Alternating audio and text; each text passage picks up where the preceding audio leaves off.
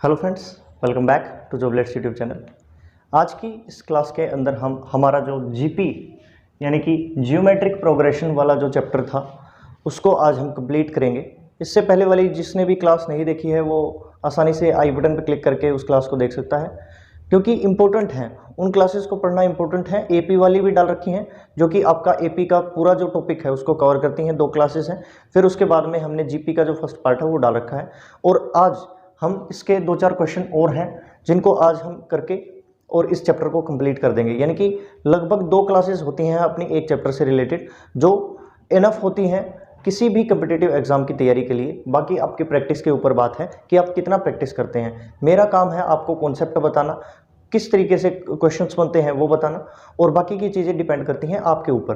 तो चलिए शुरू करते हैं अपने इस क्वेश्चन के साथ कि दिया गया है कि 3, 6, 12, 24 और इसके अंदर 10th टर्म जो है ये पूछा है। सबसे पहले तो ये जीपी के अंदर है या एपी के अंदर है वो चीज़ देखते हैं, क्योंकि इनका गैप देखिए। पहले तो आप इसमें 3 का गैप है और इसमें 6 का गैप है और इसमें 12 का गैप है, तो ये एपी तो नहीं हो सकती। एपी नहीं हो सकती तो क्या है ये है जीपी, यानी कि ए की वैल्यू कितनी हो जाएगी अपनी 3। और पहली बात ये कि अगर आपने पहली ही वीडियो यही देख रहे हैं, अगर आप यही क्लास देख रहे हैं सबसे पहली, तो आपको जो इससे पहले वाली क्लास है उसको देखना बहुत ज़्यादा ज़रूरी है, नहीं तो आपको चीज़ें बिल्कुल भी समझ में नहीं आएंगी। इसलिए मैंने एक रिवीजन के तौर पे ये क्वेश्चन डाला है।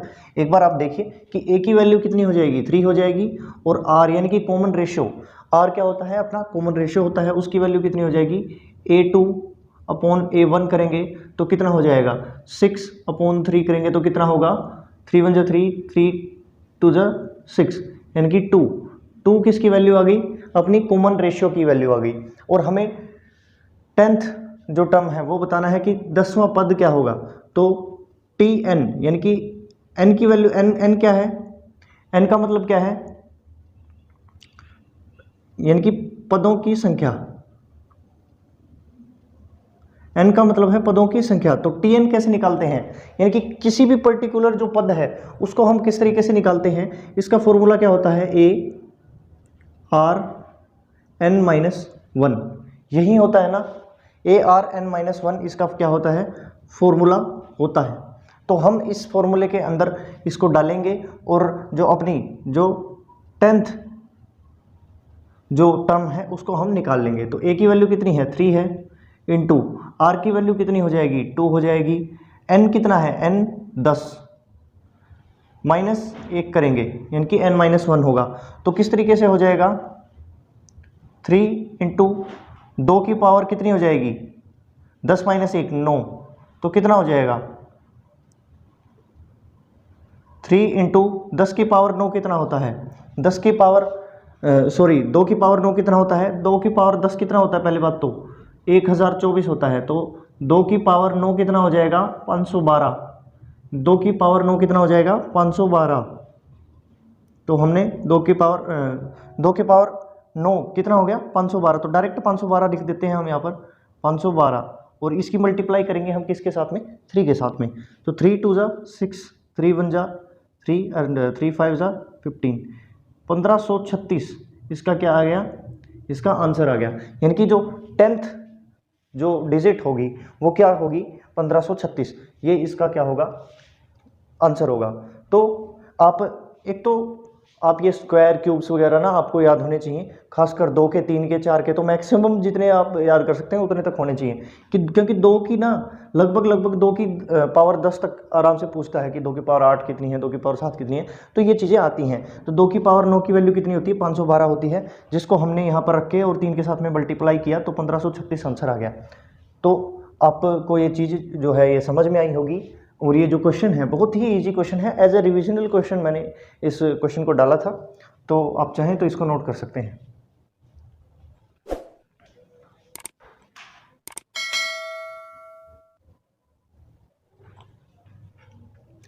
तो ये एक क्वेश्चन दिया गया है जिसके अंदर क्या है कि वर्ग की भुजा कितनी है 16 सेंटीमीटर है। प्रत्येक भुजा के मध्य बिंदु को मिलाकर एक वर्ग बनाया जाता है तथा अनंत तक इसी प्रक्रिया को दोहराया जाता है। तो इस प्रकार बने अनंत वर्गों के क्षेत्रफलों का योग क्या होगा, यानी कि इनका जो जितना भी एरिया है उनका सम कितना होगा ये पूछा है इसने। कि पहली जो चीज़ दे रखी है वो क्या है, एक स्क्वायर है, एक इस तरीके का एक स्क्वायर दिया गया है जिसकी भुजा कितनी है, 16 है, 16 सेंटीमीटर की इसकी भुजा है। तो चारों के चारों इसकी 16 की ही होंगी, ये भी 16, ये भी 16 और ये भी 16 सेंटीमीटर की होगी। और प्रत्येक भुजा के मध्य बिंदु को मिलाकर, प्रत्येक भुजा का जो मध्य बिंदु है यानी कि ये जो मिडिल पार्ट है हर एक भुजा का, ये एक बाजू है इसकी, यानी कि ये एक साइड है, इस साइड का जो एक मिडिल पॉइंट है इनको भी मिलाया गया है, इस तरीके से मिलाया गया है। ये देखिए कुछ इस तरीके से मिलाया गया है, स्टेटमेंट के हिसाब से इनको मिलाया गया है। और ये प्रक्रिया जो है अनंत तक दोहराई गई है। और इसके अंदर भी जैसे कि इसका जो मध्य बिंदु है इसको भी मिला दिया गया, जैसे इस तरीके से ये ऐसे मिला दिया, फिर इन दोनों को फिर से मिला दिया, फिर इनको फिर से मिला दिया। और इसी तरीके से ये जो प्रक्रिया है ये अनंत तक चलती रही, जब तक कि डॉट, एक सिंगल डॉट नहीं आ जाता तब तक ये जो प्रक्रिया है ये चलती रहती है। तो इसमें क्या पूछा है, तो इस प्रकार बने अनंत वर्गों के का जो क्षेत्रफल है उसका योग बताना है कि जो जितना भी एरिया होगा उसका योग कितना होगा, यानी कि सम ऑफ इनफाइनाइट कितना होगा। कहने का मतलब ये है कि सम ऑफ इनफाइनाइट हमने पिछली क्लास में देखा था कि हमने सम ऑफ इनफाइनाइट किस तरीके से निकाला है, तो उसी तरीके से हम इस क्वेश्चन को भी सोल्व करेंगे। तो सबसे पहली चीज़ तो क्या है कि इसका जो पहले वाला जो A1 यानी कि ए निकालनी है हमने सबसे पहले। तो ए कैसे निकालेंगे कि 16 का 16 से मल्टीप्लाई करेंगे, क्योंकि हमें क्षेत्रफल चाहिए। तो क्षेत्रफल क्या होता है, साइड इंटू साइड होता है, साइड इंटू साइड होता है। तो ए किस तरीके से निकल के आएगा, 16 की मल्टीप्लाई 16 से करेंगे तो कितना हो जाएगा, 256 आ गया अपना 256 सेंटीमीटर स्क्वायर। ये इसका पहला जो है ये निकल के आया अपना क्या, क्षेत्रफल। अभी क्या है कि इनको हमने मिलाया तो इसकी भी जो वैल्यू है ये भी तो निकालनी पड़ेगी, इस भुजा की वैल्यू, इस भुजा की वैल्यू भी तो हमें निकालनी पड़ेगी कि ये कितनी होगी। तो इसको निकालने के लिए हम क्या करेंगे, तो हमें सिर्फ एक चीज़ पता है कि ये अगर 16 है और इसका जो मिडिल पॉइंट है इस यहाँ से इसको मिलाया गया है, तो अगर मैं इसको 8 लिख सकता हूँ और इसको भी 8 लिख सकता हूँ, तो इसकी जो टोटल जो लेंथ है वो कितनी हो जाएगी, 16 हो जाएगी, सेटिस्फाई करेगी। और ये बीच से कटा हुआ है तो जो इतनी वैल्यू है इस एरिया की जो वैल्यू है, इस यहाँ से लेकर के यहाँ तक की जो वैल्यू है ये 8 हो जाएगी, बिल्कुल क्लियर बात है। तो यहाँ पर भी ये कितनी हो जाएगी, 8 हो जाएगी। तो अगर हमने इस चीज़ को, मैं हाईलाइट करता हूँ, अगर हमने इस पार्ट को बाहर निकाल लिया तो ये किस तरीके से दिखाई देगा, कुछ इस तरीके से दिखाई देगा, जिसकी ऊपर वाले की वैल्यू 8 और यहाँ वाले की भी वैल्यू 8 है, ठीक है।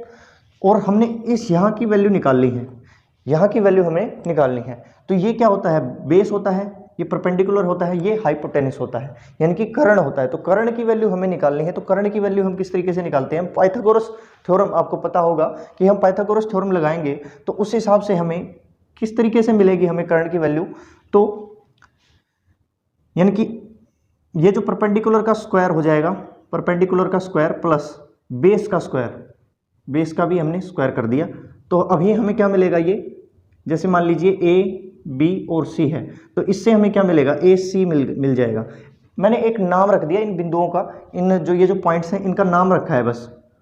ये ए सी कहाँ से आया ये सब लिखने की ज़रूरत नहीं है। अगर आप चाहें तो कुछ और भी लिख सकते हैं, कुछ और लिख लीजिए, या फिर आप इनको हटा दीजिए, आप सीधा हाइपोटेनस लिख लीजिए, बस सीधा लिख लीजिए, कुछ भी करने की ज़रूरत नहीं है। तो अभी हम इसको सोल्व करेंगे तो कितना हो जाएगा, ये रूट ऐसे ही रहेगा।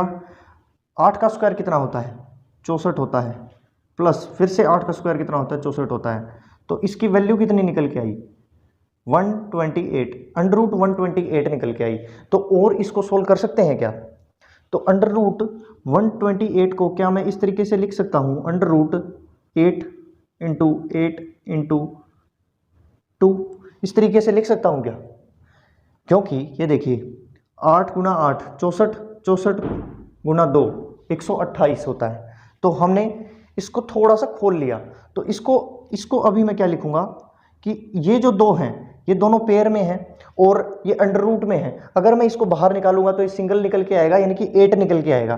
तो मैंने निकाला इसको बाहर, 8 निकल के आया और अंदर क्या बचा, √2 बच गया। तो यहाँ तक आपको बात क्लियर है या नहीं है, ये आप बता सकते हैं। एक बार कमेंट करें और बताएं कमेंट के अंदर कि आपको यहाँ तक जो चीज़ है ये समझ में आई या नहीं आई। क्योंकि ये जो थी, ये √64 की वैल्यू कितनी होती है आपसे डायरेक्ट ही पूछ सकता है, तो कितनी होगी, 8 होगी, 8 होगी। तो वही चीज़ है, यहाँ पर हमने जो 64 है उसको बाहर निकाला तो 8 जो है वो बाहर निकल के आ गया और अंडर रूट में सिर्फ 2 बच गया। तो यहाँ की जो वैल्यू है ये कितनी आ गई, 8√2। यहाँ की वैल्यू कितनी आ गई, 8√2। 8√2 वैल्यू इसकी निकल के आई। तो अगर 8√2 इसकी वैल्यू है तो यहाँ की भी वैल्यू कितनी हो जाएगी, 8√2 हो जाएगी और 8√2 हो जाएगी और यहाँ पर भी 8√2 हो जाएगी। ये चीज़ आपको समझ में आई है या नहीं आई है? आप यहाँ तक एक बार ये क्वेश्चन को बताइए कि आपको ये चीज़ समझ में आई है या नहीं। फिर हम आगे बढ़ते हैं। ये हमने इसमें पाइथागोरस थ्योरम लगाई, जिसको अंडर रूट में करके परपेंडिकुलर का स्क्वायर प्लस बेस का स्क्वायर हमने किया, यहाँ इसका स्क्वायर किया प्लस इसका स्क्वायर किया, ठीक है। और फिर हमने इसको सोल्व करके यहाँ से 8√2 इसकी जो वैल्यू है, यानी कि हाइपोटेनस की जो वैल्यू है वो हमने इसकी निकाली है, यानी कि कर्ण की जो वैल्यू है हमने इसकी निकाली है, ताकि हमें जो अंदर वाला जो स्क्वायर है उसकी एक साइड मिल सके। और एक साइड अगर मिल गई तो स्क्वायर की हर साइड बराबर होती है और उससे हम उसका जो एरिया है वो भी हम निकाल सकते हैं। तो आप एक बार इस चीज़ को देखिए, फिर आगे बात करते हैं। आप चाहें तो इसका इतने तक का जो स्क्रीनशॉट है वो ले सकते हैं। अभी देखिए, हमने क्या किया, यहां पर a निकाल लिया। अभी निकालेंगे a2, यानी कि जब तक हम कम से कम दो तो वैल्यूज हमारे पास होनी चाहिए ना किसी भी सम को निकालने के लिए। तो a2 निकालने के लिए हम क्या करेंगे, a क्या था, बाहर वाला जो स्क्वायर था उसका एरिया हमने ले लिया। अब थोड़ा सा अंदर गए हम, इसका अभी हम लेंगे किसका, इसका एरिया हम लेंगे। तो इसका एरिया कितना हो जाएगा अपने पास, तो 8√2 इंटू 8√2, ये इसकी वैल्यू आई, ये इसकी क्या आई, वैल्यू आई। तो अभी इनकी वैल्यू कितनी हो जाएगी, 8 की मल्टीप्लाई करेंगे हम 8 के साथ में तो कितना होगा 64, और √2 को अंडर के साथ में करेंगे, 2 के साथ में करेंगे तो इसकी वैल्यू कितनी हो जाएगी, 2 हो जाएगी। √2 को √2 के साथ में अगर मल्टीप्लाई करते हैं तो उसकी वैल्यू कितनी हो जाएगी, अंडर का मतलब क्या है, यानी कि 2 की पावर आधी इंटू फिर से 2 की पावर आधी, आधी और आधी कितनी होगी, अगर बेस बराबर है, अगर बेस बराबर है, ये जो बेस है ये बराबर है, तो 1/2 प्लस 1/2 तो कितना हो जाएगा, 1/2 कितना होता है 1, 2 की पावर 1 कितना होता है 2। तो इसी तरीके से हमने इसको 2 लिख दिया, √2 इंटू √2 को इतना लिख दिया। और √2 को हम किस तरीके से लिख सकते हैं, इस तरीके से लिख सकते हैं। तो आपको ये चीज़ धीरे धीरे चीज़ें समझ में आने लग गई होंगी आपको कि किस तरीके से मैं क्वेश्चन को करा रहा हूँ, किस तरीके से नहीं करा रहा हूँ, वो चीज़ है। तो अभी हमारे पास जो वैल्यू निकल के आई वो कितनी आई, 128 निकल के आ गई। तो अभी हम क्या करेंगे, अपने पास क्या आया, a1 आया और a2 आया। तो अपने पास वैल्यू किस तरीके से आई कि 256, फिर दूसरी वैल्यू कितनी 128 और इसी तरीके से आगे बढ़ती चली गई। और अभी हमें बताना है क्या, इसका हमने बताना है योग, यानी कि जो क्षेत्रफलों का जो योग है वो बताना है। तो a की वैल्यू कितनी है, a की वैल्यू है 256 और r की वैल्यू अगर हम निकालें तो r की वैल्यू कितनी हो जाएगी 128 अपॉन में 256, यानी कि a2 अपॉन a1 कर दिया तो 128 से कम 128, 128 दूनी 256, यानी कि 1/2 आई, ठीक है। और सम अभी हम निकालेंगे, सम ऑफ इनफाइनाइट की वैल्यू कितनी होती है, a अपॉन 1 माइनस r होती है, ये होता है इसका फॉर्मूला होता है। तो a की जगह पे हम क्या लिखेंगे 256 लिखेंगे अपॉन 1 माइनस 1/2, यानी कि ये जो 1/2 है, यानी कि r की वैल्यू यहाँ पर हमने रख दी और 1 में से आधा गया तो कितना बचा, आधा बच गया। तो 256/1/2, तो इसकी वैल्यू कितनी हो जाएगी 256 गुना में ये 2, ये जो है ये ऊपर चला जाएगा, तो इसकी वैल्यू कितनी हो जाएगी, 6 दूनी 12, 5 दूनी 10 और 11, 2 दूनी 4 और 1 5, 512 सेंटीमीटर स्क्वायर इसकी जो है ये हो जाएगा, क्या हो जाएगा, अपना आंसर हो जाएगा, ये अपना फाइनल आंसर हो जाएगा। तो आई होप कि ये जो क्वेश्चन है आपको समझ में आया है और बहुत ही ज़्यादा इजी क्वेश्चन था। बस आपकी अप्रोच पे बात है कि आप कितना जल्दी इस क्वेश्चन को सोल्व करने की कोशिश करते हैं और किस तरीके से आप इस क्वेश्चन को सोल्व करते हैं। तो बहुत ही इजी तरीके से मैंने इसको बताने की कोशिश करी है कि सबसे पहले तो हमने जो बाहर वाला था उसका एरिया निकाला, इसका एरिया निकाल लिया, ठीक है। सारा काम एरिया निकालने पे है, हमने कम से कम 2 या 3 के तो एरिया निकालने पड़ेंगे और फिर जाके हमें इसका जो सम ऑफ इनफाइनाइट ऑफ एरियाज हमें मिल सकता है। तो फिर हमने जो अंदर वाला जो एरिया था उसके लिए हमने एक साइड चाहिए थी, तो इसकी साइड निकाल ली पहले और उसकी साइड निकाल के साइड बाई साइड यानी कि साइड इनटू साइड का फॉर्मूला लगाया, यानी कि A2 निकालने के लिए यहाँ पर भी स्क्वायर वाला ही यानी कि A स्क्वायर वाला ही जो फॉर्मूला है वो लगेगा और यहाँ पर कितना आया 128 आया और हमें जो पहली जो 2 टर्म है वो निकल के वो मिल गई और A की वैल्यू ये आई और R की वैल्यू 1/2 आई और इसके अंदर सम ऑफ इनफाइनाइट वाला जो अपना फॉर्मूला है उसके अंदर हमने इसको पुट किया तो हमारे पास वैल्यू कितनी निकल के आई, 512 हमारे पास वैल्यू निकल के आई। तो आई होप कि ये जो क्वेश्चन है आपको समझ में आया है। स्क्रीनशॉट लीजिए एक बार इसका।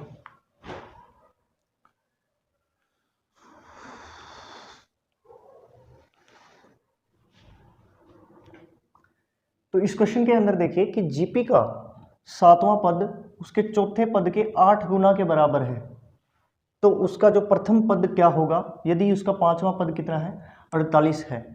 इन a GP the 7th term is equal to the 8th time of 4th term, what will be the first term if the 5th term is 48। तो कहने का मतलब क्या है कि जो 7वां पद है यानी कि T7 है वो किसके बराबर है, 8 गुना के बराबर है। 8 गुना के किसके, 8 गुना यानी कि 8 इंटू 4th टर्म।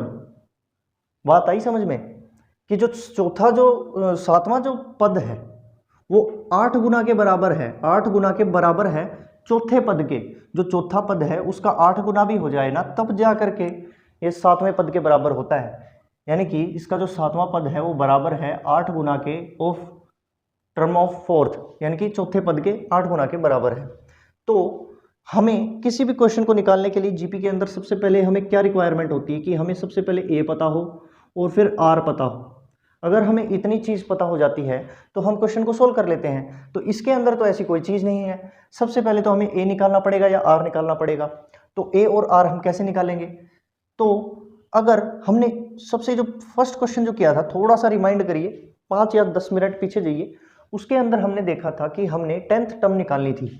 एक 3, 6 और 12 इस तरीके से करके क्वेश्चन था जिसके अंदर हमें 10 टर्म निकालनी थी। तो उसके अंदर ARn-1 हमने जो ये फॉर्मूला लगाया था और उसके अंदर हमने क्या किया था कि A की वैल्यू रखी थी इंटू R की वैल्यू रखी थी 2 और 2 की n की पावर कितनी है 10 - 1 किया था। तो 10 - 1 कितना हो गया, 9 हो गया ना। तो यहाँ पर हमने ये 10 निकालना था बट हमने 9 लिखा, लास्ट में जाकर के हमने क्या लिखा 2 की पावर 9 लिखा, 2 की पावर 9 लिखा था। तो उसी तरीके से क्या हम इसके अंदर इस तरीके से लिख सकते हैं, ए हमें पता नहीं है, ए हमें पता नहीं है तो T7 को हम क्या इस तरीके से लिख सकते हैं a इंटू आर की पावर 6, क्योंकि n की वैल्यू कितनी है, या फिर आप पहले इस तरीके से ही समझ लीजिए कि n-1 यानी n की वैल्यू कितनी है 7, 7 - 1 कर दिया और यहाँ पर 8 इसके इंटू में करेंगे तो T4 की वैल्यू कितनी हो जाएगी, T4 की वैल्यू हो जाएगी a इंटू आर 4 - 1 यानी कि n-1 कर दिया, 4 - 1 कर दिया। तो एक स्टेप और बढ़ गया, AR6 हो गया ये और ये 8 इंटू AR3। इतनी बात आपको क्लियर है या नहीं है, आप बताइए कि हमने क्या किया कि T7 की जो वैल्यू निकालने के लिए हमने इस फॉर्मूले को लगाया।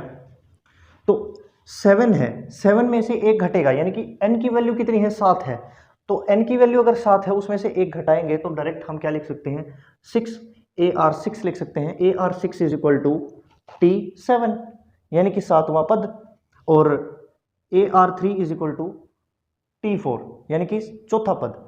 तो इतनी चीज़ हमें क्लियर हो गई। तो अभी हम क्या करेंगे, जो कुछ भी कटता है उसको काट देते हैं क्योंकि ये इक्वल टू के अंदर है। तो ए से हम ए को काट देते हैं, ठीक है। R3 से हम R3 को काट देते हैं, तो कितनी वैल्यू बचेगी, R3, यहाँ पर कितना बचा R3, R की पावर 3 और यहाँ पर 8, तो R की वैल्यू कितनी हो जाएगी 8√3। ये जो पावर में था यहाँ पर जाकर के कितना हो गया, रूट के अंदर कन्वर्ट हो गया। तो R की वैल्यू कितनी आई, R की वैल्यू कितनी आई 2, अपने पास R की वैल्यू आई, क्योंकि 2 की पावर 3 कितना होता है 8 होता है। और इसको अगर हम इस तरीके से लिखें तो कितना होगा, 2 निकल के आएगा, इसलिए हमने क्या किया, इसको लिख दिया डायरेक्ट। R की वैल्यू कितनी आ गई अपनी 2 आ गई। तो इससे हम क्या करेंगे, हम A निकालेंगे और हमें पता है कि जो पांचवा पद कितना दे रखा है 48। तो पांचवा पद यानी कि फिफ्थ टर्म कैसे होगी, फिफ्थ टर्म को यानी कि T5 इज इक्वल टू दे रखा है 48 दे रखा है। तो T5 को क्या मैं AR4 इज इक्वल टू 48 लिख सकता हूँ, बिल्कुल लिख सकता हूँ। जिस तरीके से हमने T7 को AR6 लिखा था, AR4 लिख सकता हूँ मैं T5 को। तो A की वैल्यू हमें नहीं पता है और R की वैल्यू हमको पता है 2 आ गई है, और हमने इसकी पावर कितनी रख दी 4 रख दी, और ये कर दिया 48। और 2 की पावर 4 कितना होता है, 2 की पावर 4 कितना होता है 16 होता है। तो A इंटू 2 की पावर 4 यानी कि 16 इज इक्वल टू 48, 16 1 जा यानी कि 16 एकम 16, 16 तिये 48। तो A की वैल्यू हमारे पास निकल के कितनी आ गई 3। अभी हमारे पास R की वैल्यू भी आ गई और A की वैल्यू भी आ गई, और हमें क्या बताना है, फर्स्ट टर्म बतानी है। तो फर्स्ट टर्म क्या होगी, तो A ही अपनी फर्स्ट टर्म होती है, यानी कि A ही क्या होता है अपना पहला पद, यानी कि फर्स्ट टर्म होता है। तो ये किसकी वैल्यू आ गई, A की वैल्यू, यानी कि पहले पद की वैल्यू क्या है 3 है, पहले पद की वैल्यू क्या है 3 है। तो आई होप कि ये जो क्वेश्चन है आपको समझ में आया है। आप इसको नोट करिए, सिर्फ स्क्रीनशॉट मत लीजिए, एक बार के लिए ले लीजिए स्क्रीनशॉट लेके, उसको आराम से कॉपी के अंदर नोट डाउन करिए और फिर उसकी प्रैक्टिस करिए, अलग अलग क्वेश्चन खोजिए और उनका जो है प्रैक्टिस आपको करना बहुत ज़रूरी है। तो आप चाहें तो इसका स्क्रीनशॉट ले सकते हैं।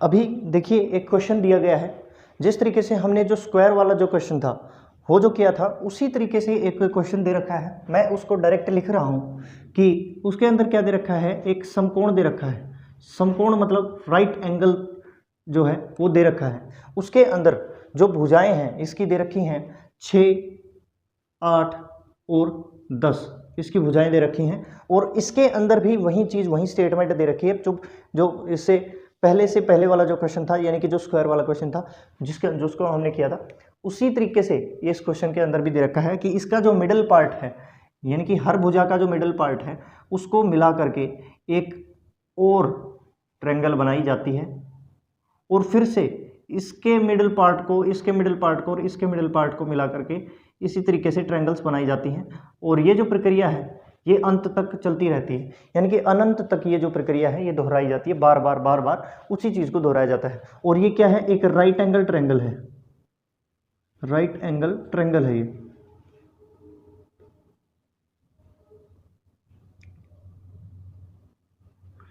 ये एक राइट एंगल ट्रायंगल है, और इसकी भुजाएं 6, 8 और 10 इस तरीके से दे रखी हैं, और ये अनंत तक जाती हैं। तो इसका जो क्षेत्रफल होगा, क्षेत्रफल का जो योग होगा वो हमें बताना है।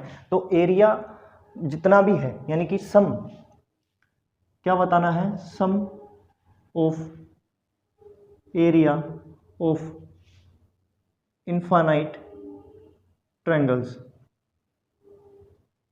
ये चीज़ हमसे पूछी है कि इसका सम क्या होगा। तो हमने डायरेक्टली क्या करना है, 6, 8 और 10 इस तरीके से हमारे पास ये जो भुजाएं हैं ये हमें दे रखी हैं। तो हमें पता है कि राइट एंगल ट्रायंगल का जो एरिया है उसको निकालने का जो फॉर्मूला है वो क्या होता है, 1/2 इंटू बेस इंटू हाइट, ये अपना एक स्टैंडर्ड जो फॉर्मूला है एरिया निकालने का वो हम बोल सकते हैं। तो 1/2 क्या है, इसके अंदर अगर हम इसका A1 निकालेंगे, अगर A निकालें तो कितना हो जाएगा, एरिया की ही बात हो रही है तो 1/2 इंटू बेस कितना है इसका 8 है, और हाइट कितनी है इसकी, हाइट है इसकी 6, तो 2 एकम 2, 2 चौका 8, तो 6 चौका 24, तो ये क्या निकल के आया अपने पास, A निकल के आ गया। तो A की वैल्यू कितनी निकल के आई अपने पास, 24 निकल के आई। अभी जिस तरीके से हमने पिछला जो क्वेश्चन था उसका जो मिडिल पार्ट था उसको निकाला था, इसी तरीके से हम इसको भी निकालेंगे कि ये पूरा अगर 8 है तो यहाँ से लेकर के और यहाँ तक की जो वैल्यू है ये 4 है, और यहाँ से लेकर के यहाँ तक की जो वैल्यू है ये 4 है, और ये 3 है, और यहाँ पर भी 3 है, ये 5 है, और ये भी 5 है। तो या फिर आप इस तरीके से समझिए कि अगर हमने इसके मिडिल पार्ट को मिलाया है, अगर हमने इनके मिडिल पार्ट को मिलाया है तो इसके जो सामने वाली, इसके जस्ट सामने वाली जो ये जो एंगल हो जाएगी ये हो जाएगी 4, यानी कि इसका आधा पार्ट ये हो गया और इसका आधा पार्ट क्या हो गया 3 ये हो गया, और 10 का आधा पार्ट क्या हो गया 5, इस तरीके से ये हो गया। ठीक है, और अभी हम अगर A2 निकालें, अगर हम A2 निकालें तो वो कितना हो जाएगा 1/2, यही फॉर्मूला लगाएंगे इनटू बेस कितना हो गया इसका, बेस कितना है, बेस है इसका 4 इंटू हाइट है इसकी कितनी, यहाँ पर इसकी हाइट कितनी है 3 है, तो 2 एकम 2, 2 दूनी 4, यानी कि 6 इसका A2 की वैल्यू कितनी होगी 6। तो अभी हमें जो दो टर्म है वो मिल गई, A भी मिल गई और A2 भी मिल गई, तो A की वैल्यू कितनी होगी 24 और ये होगी 6, और इस तरीके से करते करते इसका जो ये इनफाइनाइट तक जाता है, एक किस्म से इनफाइनाइट तक ये जाता है। तो अभी हमें सम ऑफ इनफाइनाइट निकालना है, तो सम ऑफ इनफाइनाइट का जो फॉर्मूला है वो क्या होता है A/1 - R, ये अपना क्या होता है फॉर्मूला। तो A की वैल्यू कितनी होगी 24 और R की वैल्यू अगर हम निकालेंगे तो 6/24 हमें करना पड़ेगा, तो 6 चौका 24, तो 1/4 क्या हो गया अपना R की वैल्यू जो है निकल के आ गई। तो इसके अंदर इसी फॉर्मूले के अंदर अगर हम इसको रखते हैं तो कितना हो जाएगा, तो सम ऑफ इनफाइनाइट की वैल्यू अगर हम निकालेंगे तो A की वैल्यू कितनी है 24 है, अपॉन में 1 - 1/4 करेंगे। अगर पूरे में से 1/4 पार्ट निकालते हैं तो यानी कि 4/4 में से 1/4 निकालेंगे तो 3/4 बचेगा, तो कितना हो जाएगा 24/3/4, ये इस तरीके से आएगा। और ये जो 4 है ये ऊपर लिख सकता हूँ क्या, इसको मैं ऊपर लिख सकता हूँ क्या, ये जो 4 था इसको मैंने घुमा के ऊपर लिख दिया, तो कोई दिक्कत है क्या, कोई दिक्कत नहीं होनी चाहिए। तो इसको अभी हम क्या करेंगे, 3 एकम 3, 3 8 24, तो 8 चौका 32 सेंटीमीटर स्क्वायर इसकी वैल्यू निकल के आएगी। इसका जो टोटल जो सम ऑफ एरियाज़ है वो आपका निकल के आएगा। तो ये जो क्वेश्चन था ये आपका यहीं पे कंप्लीट हो गया, जिसको मैंने एक रफली समझाने की कोशिश करी है कि एक आपके पास एक राइट एंगल ट्रायंगल दे रखा है, जिसके पास जो रेड मार्क किए गए हैं वही स्टेटमेंट दे रखी है कि क्रम से जिसकी जो भुजाएं हैं क्रम से कितनी हैं 4, 6, 8 और 10 हैं, और इस यही जो प्रक्रिया है ये बार बार दोहराई जाती है, उसके मध्य बिंदुओं को मिला करके यही प्रक्रिया बार बार दोहराई जाती है। तो उसके जो कुल जो क्षेत्रफल है उनका योग क्या होगा, अनंत तक जितना भी क्षेत्रफल है उसका योग क्या होगा। तो हमने ये इस फॉर्मूले से यानी कि एरिया का जो फॉर्मूला होता है,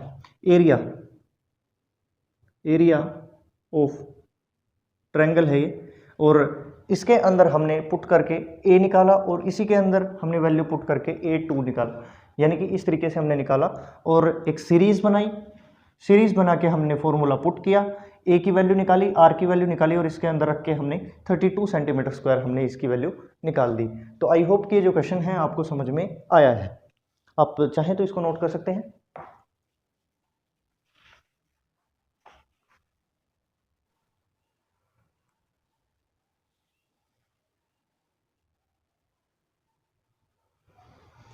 आज का ये जो लास्ट क्वेश्चन है वो मैं करवा रहा हूँ कि if the multiplication of 3 term of GP is 64 then find term a क्या होगा। तो ए की वैल्यू हमें बतानी है। अगर द मल्टीप्लिकेशन ऑफ 3 टर्म्स यानी कि पहले जो किसी भी 3 टर्म्स को की जो मल्टीप्लिकेशन है वो कितनी है 64 है, तो हमें ए बतानी है। तो हमें किस तरीके से निकालेंगे हम इस क्वेश्चन को, तो ना तो अपने पास आर है ना ए है, तो कुछ भी नहीं है अपने पास। तो इसी तरीके से अगर 3 टर्म्स का पूछा है, तो 3 टर्म्स का पूछा है तो हम क्या करेंगे, ए लेंगे, एक तो मान लेते हैं ए ले लेते हैं, इसकी मल्टीप्लाई करेंगे ए अपॉन आर से और इसकी ए आर से, इसी तरीके से हम इसकी मल्टीप्लाई करेंगे। और इसकी वैल्यू कितनी दे रखी है, 64। मान लीजिए अपने पास कोई भी एक नंबर है, एक ये नंबर है, एक ये नंबर है और एक ये नंबर है, एक ये ए है, ए के अंदर आर यानी कि क्यों कॉमन जो रेशियो है उसको मल्टीप्लाई करेंगे तो सेकंड टर्म निकल के आएगी, और ए को अगर डिवाइड करेंगे जो कॉमन रेशियो है उससे, तो उससे भी पहले वाली जो टर्म है वो निकल के आएगी। यानी कि कोई भी रैंडमली अगर हम 3 जो लेते हैं जीपी के अंदर, कोई भी अगर 3 अगर हम वैल्यू लेते हैं, जैसे मान लीजिए 6 ले लिया, तो 6 इंटू टू करेंगे तो अपने पास क्या निकल के आएगा, 12 निकल के आएगा। और 6 यानी कि 6 अपॉन 2 करेंगे तो अपने पास क्या निकल के आएगा, 3 निकल के आएगा। तो क्या वैल्यू होगी अपनी वैल्यू क्या होगी, ये 3 निकला, ये 6 निकला और ये 12 निकला। तो क्या ये जीपी के अंदर है या नहीं है, ये जीपी के अंदर है ना। तो अगर 6 की वैल्यू अगर मैं ए रखूं और ए इंटू आर, यानी ए की वैल्यू 6, ए की वैल्यू 6 और आर की वैल्यू 2, तो 12 आया। और ए अपॉन आर यानी कि ए की वैल्यू 6 और आर की वैल्यू कितनी आ गई, 2 आ गई। तो क्या हम इस तरीके से लिख सकते हैं ना, एक जीपी को अगर अपने पास ए भी नहीं है आर भी नहीं है तो हम मान तो इसी तरीके से सकते हैं, एक कंडीशन तो अप्लाई कर सकते हैं ना कि हमें एक इसी तरीके का पैटर्न तो हमें हर डिजिट के अंदर, हर जीपी सीरीज के अंदर हमें देखने को मिलता है कि अगर कोई भी वैल्यू को अगर हम ए मानते हैं और उसकी जीपी पिछली और अगली अगर हम निकाल के देखते हैं तो ए इंटू आर और ए अपॉन आर, इस तरीके से हमें सीरीज देखने को मिलती है। तो ये चीज़ तो मैंने समझाने के लिए बताई आपको, तो इसी तरीके से हम रख सकते हैं। तो क्या इसकी अगर मल्टीप्लाई यानी कि ये जो साइन है ये किसका है, मल्टीप्लाई का साइन है, तो क्या होगा, इसकी वैल्यू कितनी दे रखी है अपने पास, 64 दे रखी है। तो क्या आर से मैं आर को काट सकता हूँ, बिल्कुल काट सकता हूँ, मल्टीप्लाई के अंदर है। तो मैंने ये काट दिया, तो ऊपर क्या बचा, ए और ए, ये तीनों मल्टीप्लाई में ए मिले, यानी कि ए की क्यूब मिली, ए की क्या मिली, क्यूब मिली, ए की क्यूब यानी कि 64 मिला। तो अगर ये जो क्यूब है इसको 64 के अंदर जाके √3 हो जाएगा, और √64 की वैल्यू क्या होती है, कितनी होती है इसकी, 4 इसकी वैल्यू होती है। तो ए की वैल्यू कितनी आई अपने पास, 4 निकल के आई, यानी कि 4 की क्यूब कितना होता है, 64 होता है। 4 की क्यूब कितना होता है, 64 होता है। और अगर इसी तरीके से आपसे अगर 5 का पूछ ले, 5 डिजिट्स का पूछ ले, इसमें क्या था, 3 टर्म्स का पूछ रखा था, 3 टर्म्स का। अगर 5 टर्म्स का पूछ ले, 5 टर्म्स, तो किस तरीके से निकालेंगे, ए ले लिया, ए आर ले लिया और ए आर स्क्वायर ले लिया। इस तरफ क्या लिया, ए आर ले लिया, ए अपॉन आर ले लिया, ए अपॉन आर स्क्वायर ले लिया। तो इस तरीके से हम कर सकते हैं। अगर पूछे किसका, 5 टर्म्स का, अगर आपसे पूछे किसका, 5 टर्म्स का, और अगर आपसे पूछ ले 4 टर्म्स का, 4 टर्म्स का पूछ ले, तो किस तरीके से करना, ए आर की क्यूब, ए अपॉन आर और ए अपॉन आर की क्यूब। तो हमें इस तरीके से हमें लिखना पड़ेगा, इस तरीके से इनके जो प्रोडक्ट्स हैं वो हमें देने पड़ेंगे, जिस तरीके से हमने एपी के अंदर किया था। एपी के अंदर हमने क्या किया था, ए माइनस डी किया, ए प्लस डी किया, ए प्लस 3d किया और ए माइनस 3d किया था। हमने इसी तरीके से किया था ना, 4 इक्वल पार्ट्स हमने इसी तरीके से लिए थे। तो इसी तरीके से हम 4 टर्म्स का लेंगे तो हमें इस तरीके से लेना पड़ेगा, 3 टर्म्स का लेना पड़ेगा, ए आर लेना पड़ेगा इस तरीके से। और 5 में और 3 में तो कोई दिक्कत ही नहीं है, हमें मिडिल पार्ट मिल रहा है, कोई भी एक सेटिस्फाई करके एक ले लीजिए और उसका ए इंटू आर कर लीजिए, ए इंटू आर स्क्वायर कर लीजिए, इस तरफ ए अपॉन आर कर लीजिए, ए अपॉन आर स्क्वायर कर लीजिए, इस तरीके से आपका निकल के आ जाएगा। तो अगर 3 टर्म्स का पूछा है तो 3 टर्म्स का जो ए की वैल्यू यानी कि फाइंड द टर्म ए, यानी कि ए की वैल्यू यानी कि फर्स्ट टर्म की जो वैल्यू कितनी हो जाएगी अपने पास, 4 हो जाएगी। तो आई होप कि ये जो क्लास है आपको अच्छी लगी होगी, इंफॉर्मेटिव लगी होगी। इम्पोर्टेंट लगी होगी। तो इसी तरीके से हमने एपी और जीपी के जो पार्ट्स हैं हमने कंप्लीट कर लिए हैं। Thank you for watching this video. मिलते हैं किसी अलग चैप्टर के साथ, अलग नए और बड़े ही शानदार चैप्टर के साथ। हम अगले लेक्चर के साथ आपसे रूबरू होंगे। तब तक के लिए जय हिंद।